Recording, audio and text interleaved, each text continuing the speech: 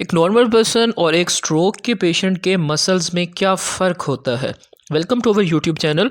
देखिए, स्ट्रोक के बाद आपके जो टांगों के, हाथ के, बाजू के मसल्स हैं वो कमज़ोर हो जाते हैं और समझें कि मसल लिम्प और हैवी हो जाते हैं। अब एक नॉर्मल मसल के अंदर टोन बिजली का कनेक्शन है तो वो मसल सही फुर्ती से काम करेगा। एक में जो कनेक्शन कमज़ोर है, टोन कम है। मसल टोन वो होती है कि जिसमें मसल चुस्त होता है, एक्टिव होता है। जब वो टोन कम हो जाती है तो मसल भारी हो जाता है। इसीलिए जो स्ट्रोक पेशेंट जब चलते हैं तो उनको क्या प्रॉब्लम आती है कि उनका मसल भारी हो जाता है, जिसकी वजह से उन्हें टांग उठाकर रखने में प्रॉब्लम आती है। इसलिए स्ट्रोक पेशेंट अपनी टांग को घसीट कर चलते हैं क्योंकि उनके मसल हैवी हो जाते हैं। एक जो हल्की चीज़ है और एक जो भारी चीज़ है, उन दोनों के अंदर डिफरेंस होता है कि आप किस तरह से उनको लेकर चल रहे हैं। हेमीप्लीजिया यानी कि एक साइड के स्ट्रोक के बाद आपके मसल जो है वो भारी हो जाते हैं, उनकी टोन कम हो जाती है, वो फ्लैसिडिटी में चले जाते हैं। जब एक मसल कमज़ोर होगा और वो ढीला होगा, वो मसल का वज़न है, वो वज़न आपकी पूरी टांग पे पड़ रहा है। इसीलिए क्या होता है कि सरकमडक्शन गेट के साथ स्ट्रोक पेशेंट चलते हैं कि अपनी टांग को बाहर से घुमा कर रखते हैं और फिर उसके बाद वो आगे मूव करते हैं। तो उसके लिए कुछ एक्सरसाइजेज़ आप लोगों को बताई जा रही हैं कि किस तरह आप अपनी टांग को मजबूत कर सकते हैं। नंबर 1 एक्सरसाइज जो आप देख रहे हैं, इसे कहते हैं नी रोलिंग। इसके अंदर क्या है कि आप अपने घुटने को इस तरह से घुमाएं। ठीक है, जैसे हम क्लॉकवाइज घुमाते हैं ना, चक्कर देते हैं, उसी तरह आप अपने घुटने को इस तरह से घुमाएं। उसके बाद नंबर 2 एक्सरसाइज हमारे पास आती है सिंगल लेग ब्रीजिंग। यानी कि एक टांग से आपकी जो अफेक्टेड टांग यानी कि कमज़ोर टांग है, उससे आपकी कमर और आपकी पूरी बॉडी को उठाने के लिए हम पेशेंट को कहते हैं कि आप इसको उठाएं ताकि आपके मसल और आपकी कमर के मसल में ताकत आए। उसके अंदर ये होता है कि हम एज अ फिजियोथेरेपिस्ट पेशेंट को हेल्प करते हैं कि आपने किस तरह से अपनी स्ट्रेंथ और अपनी बॉडी की मोबिलिटी को बेहतर करना है।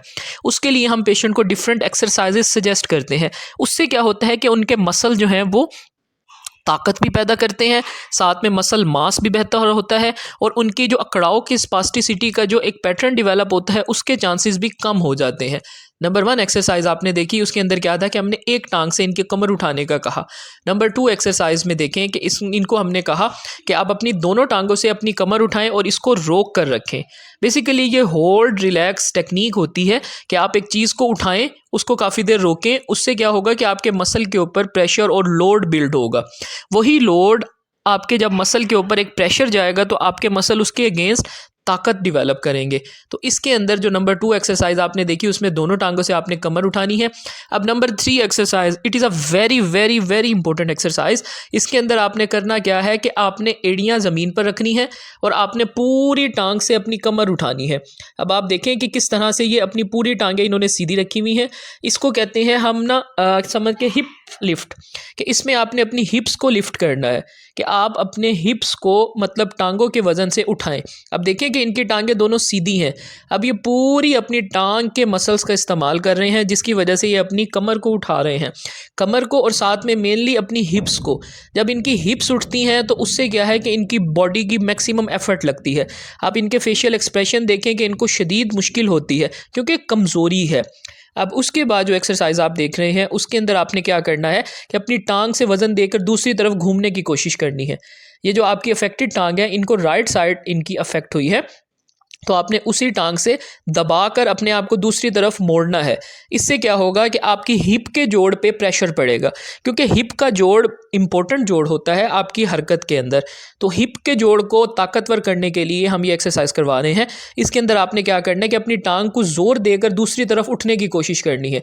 इससे क्या होगा कि आप जल्दी उठने लगेंगे। स्ट्रोक पेशेंट को सबसे बड़ी प्रॉब्लम होती है कि उठने में। अब इनका जो हाइपर एक्सटेंडेड नी था, अब हमने उसको उसकी एक्सरसाइज का प्लान भी आपसे शेयर किया। अब जो है हम इनकी पूरी टांग में स्ट्रेंथ डेवलप करने की है और उसके लिए हम इन पे वर्क कर रहे हैं। अब इसको आप देखें, इसमें हम क्या है कि लाइंग अबडक्शन करवा रहे हैं, यानी कि दोनों टांगों को लेटे हुए इनको कह रहे हैं कि बाहर की तरफ खोलें फिर इकट्ठा करें। ये बहुत ज़्यादा मुश्किल एक्सरसाइजेज होती हैं। इसके अंदर हमने करना क्या होता है कि ब्रेन के ऊपर हमने प्रेशर बिल्ड करना है। हम ब्रेन को जितना जितना प्रेशर देंगे, ब्रेन उसके अगेंस्ट ताकत पैदा करेगा।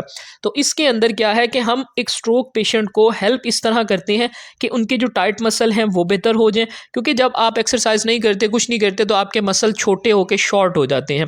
शॉर्ट हो जाते हैं तो आपको मूवमेंट करने में प्रॉब्लम आती है। तो हमारा जो गोल होता है कि हम जो है पेशेंट के मसल्स जो टाइट हो गए हैं, जो शॉर्ट हो गए हैं, उनको बेहतर करें ताकि उनकी मूवमेंट बेहतर हो।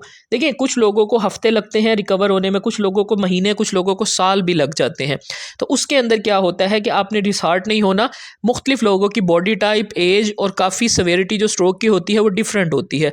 अब इसमें आप देखें कि इनको हमने आहिस्ता आहिस्ता जैसे जैसे इनके अंदर कॉन्फिडेंस बिल्ड किया, इनको मोटिवेट किया।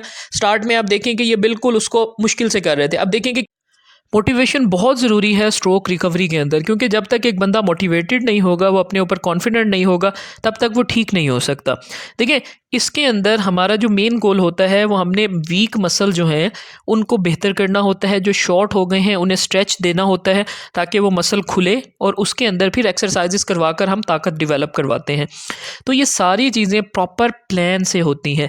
जब आप एक पर्सन को डिफरेंट अच्छे प्लान से लेकर चलते हैं, उसकी रोज़ की एक्टिविटीज़, रोज़ की चीज़ें चेंज करते हैं, तो पेशेंट को उससे फ़ायदा होता है। तो आप देखें कि ये किस तरह से इसको जल्दी जल्दी कर रहे हैं। पहले इनकी यही टांग होती थी जिसकी हरकत ही नहीं थी, हमने इनको स्टेप बाय स्टेप लेट के एक्सरसाइजेस करवाई, बैठ के करवाई, खड़े होकर करवाई। अब जो है हम लेट कर थोड़ी सी मुश्किल एक्सरसाइजेस करवा रहे हैं। स्ट्रोक पेशेंट को हमेशा हरकत में रहना चाहिए। अगर हरकत नहीं करेंगे तो उनकी बॉडी के अंदर क्लॉटिंग होना शुरू हो जाती है। तो इसीलिए स्ट्रोक पेशेंट दिन में कोई ना कोई एक्टिविटीज़ करते रहें। आप इन एक्सरसाइजेस को देखें, इनको करें। These are very very very effective exercises. या आप लेट कर भी कर सकते हैं। देखें तरीके से एक्सरसाइज करें, वो आपको फ़ायदा देती है। आप ये बताएं वीडियो कहाँ से देख रहे हैं, और लाइक शेयर एंड सब्सक्राइब लाजमी किया।